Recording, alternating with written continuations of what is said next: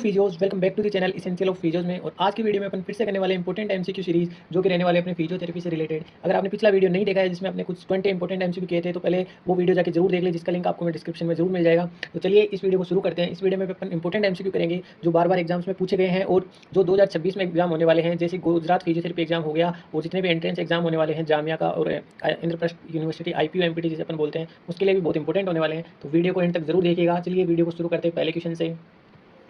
Question number first, scoliosis can be assist by. Scoliosis को अपन किस हिसाब से मेजर करते हैं? तो स्कोलियोसिस को मेजर करने के लिए हमारे पास एक एंगल या मेजरमेंट टूल होता है, तो उसको क्या कहते हैं अपन? ऑप्शन ए कह रहा है केरिंग एंगल से क्या मेजर किया जाता है, या एंगल ऑफ टोर्सन से अपन मेजर करते हैं। Option C angle of inclination and option D कह रहा है कोप्स एंगल। तो आपको पता होगा जो स्कोलियोसिस का मेजरमेंट होता है वो होता है अपना कोप्स एंगल से। तो ऑप्शन डी यहाँ पे इसका राइट आंसर हो जाएगा, option D right. Next question है efficiency of transmission of ultrasound by aquasonic jail.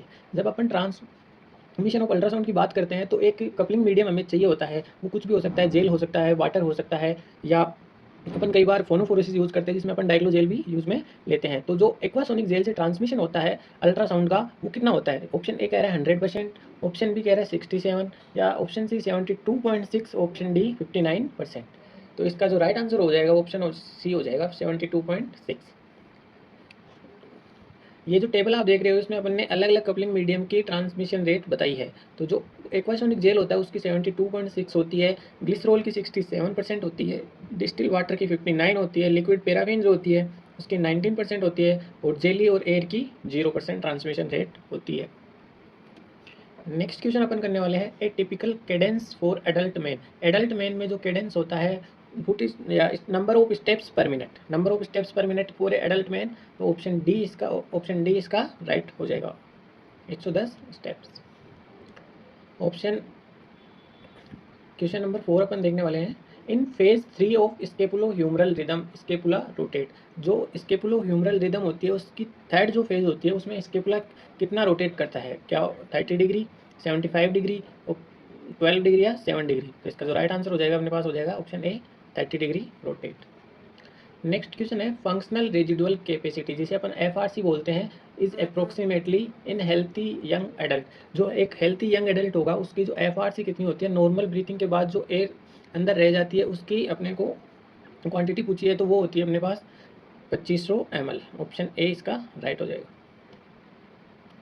Next question है for posterior left segment postural drainage head and shoulders are elevated. तो जो पोजीशन होती है वो 45 degree shoulder and head are elevated.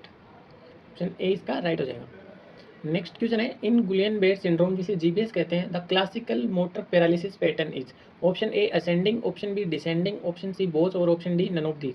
तो इसका मतलब है कि जो मोटर पैरालिसिस का पैटर्न होता है वो असेंडिंग पैटर्न में होता है या डिसेंडिंग पैटर्न में होता है? तो इसका जो आंसर होगा वो होता है असेंडिंग पैटर्न में। इसका मतलब है कि जो वीकनेस या पैरालिसिस जो स्टार्ट होगी वो पहले फुट से स्टार्ट होगी, उसके बाद वो नी तक जाएगी, उसके बाद हिप में आएगी, उसके बाद अपन ट्रंक में आएगी, और उसके बाद हेड तक आएगी। हेड यानी फेशियल पाल्सी भी आएगी। Which muscles is the primary muscles of the inspiration, sorry which muscle is primary muscles? तो जो डायफ्राम होती है अपनी प्राइमरी मसल्स होती है, बाकी एक्सेसरी मसल होती है। Which part of human brain contain the primary centre for controlling the rate and depth of the breathing. तो ब्रीथिंग का जो प्राइमरी सेंटर होता है वो सबको पता होना चाहिए, 12th NCERT लेवल का क्वेश्चन है, मेडुला ऑब्लोंगेटा। नेक्स्ट क्वेश्चन है a 28-year-old man present with wrist drop.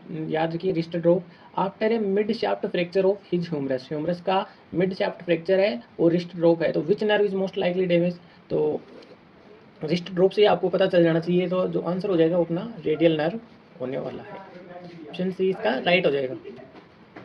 Next question अपन देखते हैं a test where the patient make a fist with the thumb inside and the wrist is ulnar deviate. क्या कह रहा है? Patient fist बनाता है, अल्नार डेविएट करता है, तो इस टेस्ट को अपन कौन सा टेस्ट कहते हैं? ये टेस्ट होता है अपना Finkelstein test.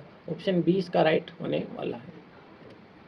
Before performing cervical manipulation और extreme stretching which test must be perform to check the integrity of blood flow to the brain. ये ऐसा कैसा इंपॉर्टेंट क्वेश्चन है, लास्ट एग्जाम RRB पैरामेडिकल में पूछा गया था। तो इसका जो राइट आंसर होने वाला है वो अपन को पता होगा, वर्टिब्रल आर्टरी टेस्ट अपन करते हैं। नेक्स्ट क्वेश्चन है which test is use to identify a congenital dislocation by attempting to reduce a dislocated hip using abducted and pressure.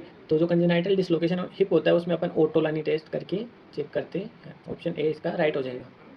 Motor supply of the axillary nerve की motor supply पूछी है, तो option A है supraspinatus, infra subscapularis या teres minor. तो जो axillary nerve होती है वो सप्लाई करती है अपनी टेरिस माइनर को, और इसके साथ ही वो सप्लाई करती है डेल्टॉइड मसल को। डेल्टॉइड ऑप्शन में नहीं है लेकिन टेरिस माइनर है, तो ऑप्शन डी इसका राइट हो जाएगा। जो सुप्रा और इंफ्रा स्पाइनेटस होती है उसकी होती है सुप्रा स्केपुलर नर्व से, और सब स्केपुलरिस की होती है सब स्केपुलरिस नर्व से। ऑप्शन क्वेश्चन 15 है Finkelstein test is used for diagnosis. पीछे पूछा गया था इससे रिलेटेड, लेकिन अब पूछा है कि एक टेस्ट कौन सी चीज़ को डायग्नोस करने के लिए किया जाता है। तो जो डिक्वेरियन टिनोसाइनोवाइटिस कंडीशन होती है उसको टेस्ट करने के लिए अपन फिंकेल्स्टीन टेस्ट करते हैं, एक स्पेशल टेस्ट होता है ये। ऑप्शन थर्ड इसका राइट हो जाएगा। The lift off test is an examination in particular of which muscle. जो लिफ्ट ऑफ टेस्ट होता है वो रोटेटर कफ मसल का टेस्ट होता है। कौन सी मसल का टेस्ट होता है? सब स्केपुलरिस, पी मेजर, सुप्रा स्पाइनेटस या पी माइनर। तो सेकंड और फोर्थ तो वैसे नहीं होगा, सुप्रा या सब स्केपुलरिस। आपको पता होगा सुप्रा के लिए अपन एम्प्टी कैन करते हैं, तो सब स्केपुलरिस टेस्ट किससे करते हैं अपन? Lift off test. कुछ इस टाइप से होता है। जो डोर्सम ऑफ द हैंड होता है वो अपने mid line of posterior thorax के लेवल पे अपन प्लेस करते हैं। Question number 17 housemaid's knee refers to. Housemaid knee, ये क्वेश्चन डायरेक्ट ऐसा कैसा आता है, कई एग्जाम्स में आया हुआ है। तो क्या इंफ्रा पटेलार बर्साइटिस, प्री पटेलार बर्साइटिस या सुप्रा पटेलार बर्साइटिस।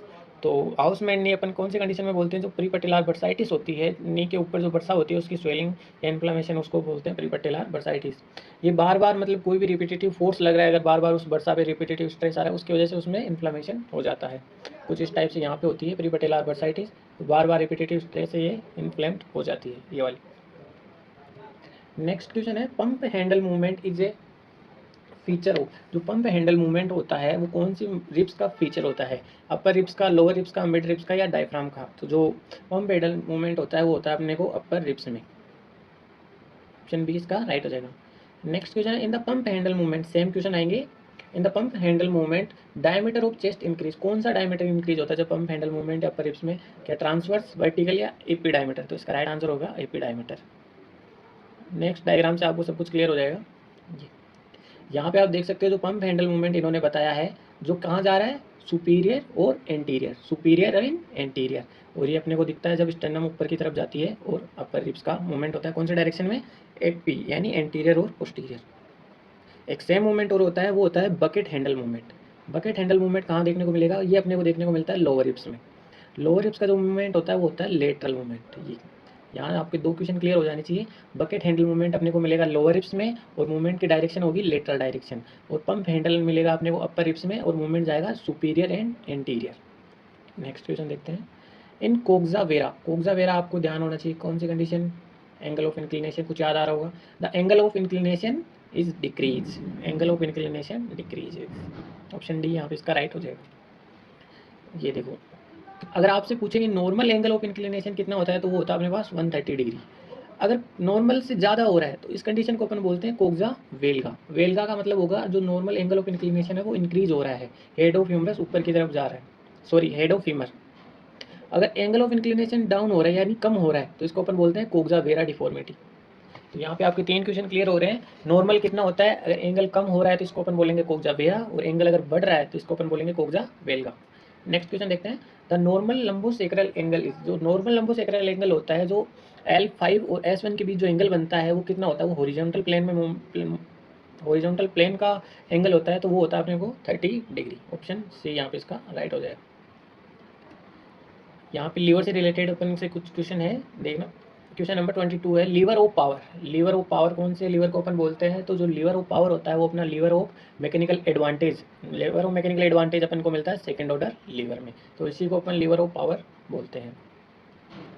अब क्वेश्चन है lever of stability. Lever of stability अपन कौन से लीवर को बोलेंगे? तो जो लीवर ऑफ स्टेबिलिटी होता है वो होता है अपने को फर्स्ट ऑर्डर लीवर। इसमें जो फलक्रम होगा वो अपने को बीच में होगा एफर्ट और लोड की,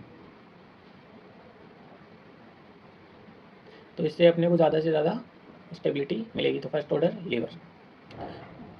नेक्स्ट क्वेश्चन अपन देखते हैं liver of velocity.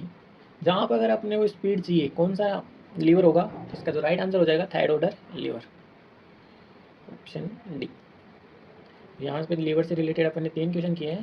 Question number 22, lever of power कौन सा आता है? Second order lever. Lever of stability अपन बोलते हैं फर्स्ट ऑर्डर लीवर को। लीवर ऑफ वेलोसिटी बोलते हैं अपन थर्ड ऑर्डर लीवर को। आप चाहे तो इसका स्क्रीनशॉट ले सकते हो। नेक्स्ट क्वेश्चन देखते हैं, required hip flexion during running. Running के टाइम पे जो अपना हिप फ्लेक्शन होता है वो कितना रिक्वायर होता है? तो इसका जो राइट आंसर होता है वो अपने को 60 to 75% हिप फ्लेक्शन रिक्वायर होता है। नेक्स्ट क्वेश्चन है, the mechanical goal of mid stance phase of the gait. जो गेट की मिड स्टांस फेज होती है उसका मैकेनिकल एडवांटेज या गोल क्या होता है? क्या position the foot, accept the weight, या स्टेबलाइज द नी और स्टेबलाइज द पेल्विस। तो जो स्टेबलाइज द नी इसका मैकेनिकल गोल होता है। Which of the following is not a plane. यहाँ पे अपने को 4 चीज प्लेन बताए गए हैं इसके अकॉर्डिंग, लेकिन हमें बताना है कि इनमें से कौन सा प्लेन नहीं होता है। प्लेन और एक्सिस से रिलेटेड क्वेश्चन है। सजाइटल प्लेन, वर्टिकल, ट्रांसवर्स या फ्रंटल। तो आपको पता होगा सजाइटल प्लेन होता है, ट्रांसवर्स प्लेन होता है, फ्रंटल भी प्लेन होता है, लेकिन वर्टिकल प्लेन नहीं होता है। वर्टिकल एक्सिस होती है जिसके अराउंड मूवमेंट होता है। नेक्स्ट क्वेश्चन हो जाएगा, which muscle support both longitudinal and transverse arch. तो जो दोनों आर्च को सपोर्ट करती है वो मसल कौन सी होती है? Tibialis anterior, flexor hallucis longus, flexor digitorum longus या पेरोनियस लॉन्गस। तो इसका राइट आंसर होने वाला है अपने पास option D, peroneus longus. Motor nerve supply to the trapezius muscle is nerve. तो कौन सी क्रेनियल नर्व करती है 9th, 10th, 11th या 12th? जो स्पाइनल एक्सेसरी नर्व होती है क्रेनियल नर्व 11 वो होती है ट्रेपीजियस मसल की motor nerve supply. Next question है वो लास्ट क्वेश्चन होगा वीडियो का, muscles can produce maximum torque in. कि कोई भी मसल सबसे ज़्यादा मैक्सिमम फोर्स प्रोडक्शन कब कर सकती है? क्या उसकी इनर रेंज में, मिडल रेंज में, या आउटर रेंज में, या उसकी न्यूट्रल रेंज में? इस क्वेश्चन का आंसर आपको कमेंट बॉक्स में बताना है। और वीडियो अगर आपको अच्छा लगा हो तो हमारे वीडियो को लाइक करें और सब्सक्राइब करें हमारे चैनल को, ताकि अगले वीडियो आप मिस ना कर पाएँ। अगर आप ही साथ में अगर इन PDF चाहिए क्वेश्चंस की तो आप हमारे टेलीग्राम चैनल को ज्वाइन कर सकते हैं, जिसका लिंक आपको डिस्क्रिप्शन बॉक्स में मिल जाएगा।